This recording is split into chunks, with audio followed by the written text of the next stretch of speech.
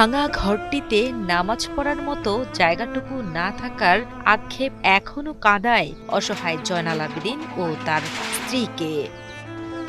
বন্যা পরিস্থিতি স্বাভাবিক হলেও ভয়াবহ ক্ষতিচিহ্ন যেন মরার উপর খাড়ার ঘা হয়েছে অভাবের এই সংসারে। আজকে বহুদিন যাবৎ নামাজ কলমা পড়তে অনেক কষ্ট হয়ে গেছে, অনেক কষ্ট হয়ে গেছে। সেটা বলতে গেলে আমার কলিজার আঘাত লাগিয়েছে।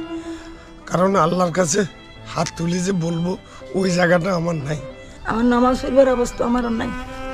বউর হুঁচি যার বই কষ্ট খাওয়া না ওরিশ একটা কষ্ট করিয়ে যে অপারেশন করতে পারি না, যে কয়টা মাস ওরিশের ব্যথায় মানে আমার বলবার মতো নয়। ঘরে গেলেও হ্যাঁ, বাইরে গেলেও হ্যাঁ, মানে কোনো আনাস বাইরে তুন ঘরে হয় এর বেশি। এই অবস্থা আমি এই কষ্ট করি এই পরিস্থিতি। বন্যায় পানির স্রোতে ভেঙে যায় চট্টগ্রামের মিরসরাই উপজেলার দুর্গাপুর ইউনিয়নের ডাক মাঝিবাড়ির জয়নাল আবেদীনের বসতঘরের একাংশ। নষ্ট হয়ে যায় বাড়িতে থাকা সকল আসবাবপত্র। আমার একটা মেয়ে অবিবাহিতা আর একটা ছেলে ছোট। আমি এই দুইজনকে নিয়ে আর আমরা দুইজন মুরব্বী আছি অনেক কষ্টের মধ্যে। বুধবার তুমি সে বৃহস্পতিবারে আমরা বাইরে গেছি, জেনে লই বাইরে গেছি বেগ সপরিবার বাইরে যাওয়ার পরে বৃহস্পতিবার শুক্রবার শনিবার রবিবার মানে ঘর পড়ে গেছে। 3 ছেলে ও 2 মেয়ের বাবা জয়নাল আবেদীন দিনমজুরের কাজ করে কোনোভাবে টানছিলেন সংসারের চাকা।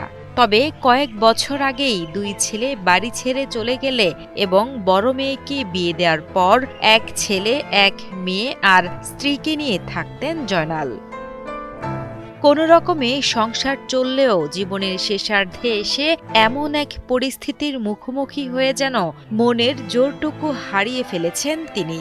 এখন কোনোভাবে খেয়ে না খেয়ে পুরনো একটি ঘরে বসবাস করছেন পরিবার নিয়ে। এখন আমি আছি আমার পুরানো ঘর, যেটা এক সাইড ভাঙে না পরে নাই, মানে জলকি গেছে।